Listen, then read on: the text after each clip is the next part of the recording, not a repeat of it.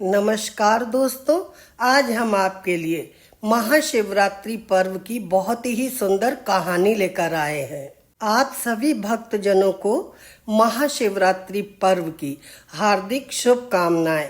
ओम नमः शिवाय। प्राचीन काल में एक जंगल में एक गुरु ध्रुव नाम का शिकारी रहता था, जो जंगली जानवरों का शिकार किया करता था। वह शिकारी अपने परिवार का पालन पोषण उसी शिकार से किया करता था। एक दिन जब वह शिकार के लिए निकला तो उस दिन महाशिवरात्रि का पर्व था। उस दिन संयोगवश पूरे दिन खोजने के बाद उसे कोई शिकार नहीं मिला। दिन भर भूखे प्यासे रहने के कारण उस शिकारी का अनजाने में ही महाशिवरात्रि का व्रत हो गया। शिकार न मिलने के कारण शिकारी सोच रहा था, आज हमारे बच्चे, पत्नी और माता पिता को भूखा ही रहना पड़ेगा। इस बात की चिंता करते हुए शाम होने पर वह एक जलाशय के पास गया और वहां से पीने के लिए थोड़ा पानी लेकर एक पेड़ पर चढ़ गया। वह पेड़ बेलपत्र का था। अब वह शिकारी पेड़ के ऊपर इस उम्मीद से बैठा हुआ था कि कोई ना कोई जानवर अपनी प्यास बुझाने के लिए इस सरोवर के किनारे जरूर आएगा। जिस बेल के पेड़ पर शिकारी बैठा था, उसके नीचे एक शिवलिंग भी था, जो सूखे हुए बेल पत्रों से ढका हुआ था, जो किसी को दिखाई नहीं दे रहा था। रात का पहला प्रहर बीतने से पहले ही एक हिरनी उस सरोवर के किनारे पानी पीने के लिए आई। हिरनी को देखते ही शिकारी ने अपने धनुष पर बाण चढ़ाया। उसके हिलने से कुछ पत्ते बेलपत्र के और कुछ पानी की बूंदें नीचे गिर गईं। अनजाने में ही शिकारी की पहले प्रहर की पूजा हो गई। पत्तों की आवाज से हिरनी ने जब ऊपर देखा तो भयभीत हो गई। वह शिकारी से कांपते हुए स्वर में बोली, मुझे मत मारो। शिकारी ने कहा, मैं और मेरा परिवार भूखा है, इसलिए तुम्हें नहीं छोड़ सकता।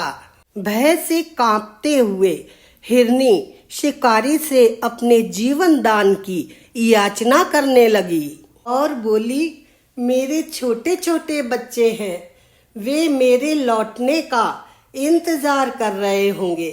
उन्हें अपने पति को सौंप आऊं, फिर तुम मुझे मार देना।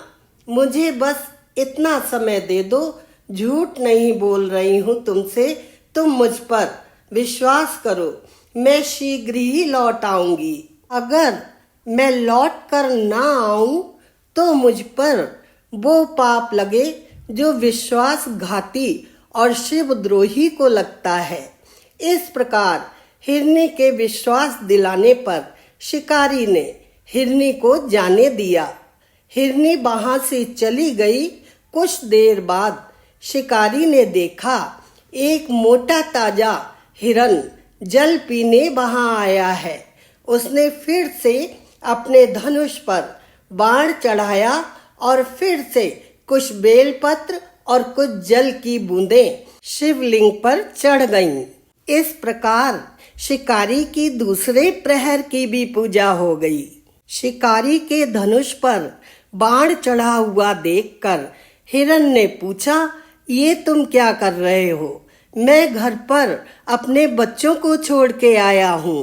तुम बस मुझे इतना समय दे दो कि मैं अपने बच्चों को धैर्य देकर वापस लौट कर आऊं। ये बात सुनकर शिकारी ने हिरन को जाने दिया। हिरन जल पीकर वापस चला गया। दोनों हिरन जब घर जाकर इकट्ठे हुए तो अपना अपना वृत्तांत एक दूसरे को सुनाते हुए बोले, हमें जल्द ही शिकारी के पास लौटना है। अपने बच्चों को धैर्य देकर जब वे दोनों चलने के लिए तैयार हुए तो सबसे पहले हिरनी बोली कि मैं शिकारी के पास जाऊंगी, आप बच्चों का ख्याल रखना। हिरनी की बात सुनकर हिरन बोला, माँ के बिना बच्चों को कोई नहीं संभाल सकता, तुम यहीं रहो, मैं शिकारी के पास जाऊंगा। तब हिरनी बोली, पति के बिना पत्नी का कैसा जीवन, मैं आपकी मृत्यु के बाद कैसे जीवित रहूंगी। मैं शिकारी के पास अवश्य जाऊंगी। और वे दोनों बच्चों को समझाकर चल पड़े। बच्चों ने देखा मेरे माता पिता जा रहे हैं, तब हम यहाँ क्या करेंगे। इस प्रकार वे सब शिकारी के पास पहुँचे। उन्हें आता देख शिकारी ने झट से अपने धनुष पर बाण चढ़ाया। इससे फिर कुछ बेल पत्र के पत्ते और कुछ जल की बूंदें शिवलिंग पर चढ़ गईं। अब शिकारी की तीसरे प्रहर की पूजा भी हो गई। अब शिकारी के दुष्कर्म नष्ट हो गए। तब उसे ज्ञान की प्राप्ति हुई। हिरन ने कहा, हम सभी उपस्थित हैं, आप हमारा वध करके अपने परिवार की भूख मिटाइए।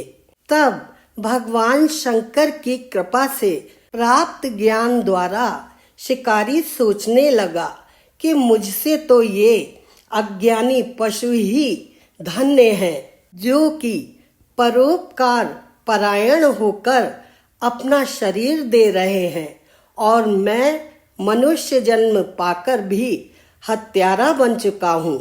ये सोचकर शिकारी बोला, तुम सभी धन्य हो, तुम्हारा जीवन सफल है, जाओ, तुम यहाँ से जाओ, मैं तुम्हें नहीं मारता, तुम निर्भय होकर जाओ। शिकारी के ऐसा कहते ही स्वयं भोलेनाथ वहाँ प्रकट हुए और बोले, मैं तुमसे प्रसन्न हूँ, मन चाहा वर मांगो। ये सुनकर शिकारी भगवान के चरणों में गिर पड़ा। उसकी आंखों से अश्रुधारा प्रवाहित होने लगी। भगवान शंकर ने उसे सुख समृद्धि का वरदान देकर गुरु नाम प्रदान किया। तो दोस्तों, आपको कैसी लगी हमारी महाशिवरात्रि की पौराणिक और प्राचीन कहानी? आप कमेंट्स बॉक्स में लिख के हमें जरूर बताएं। और चैनल पर अगर पहली बार आए हैं तो सब्सक्राइब कर लीजिए। ओम नमः शिवाय।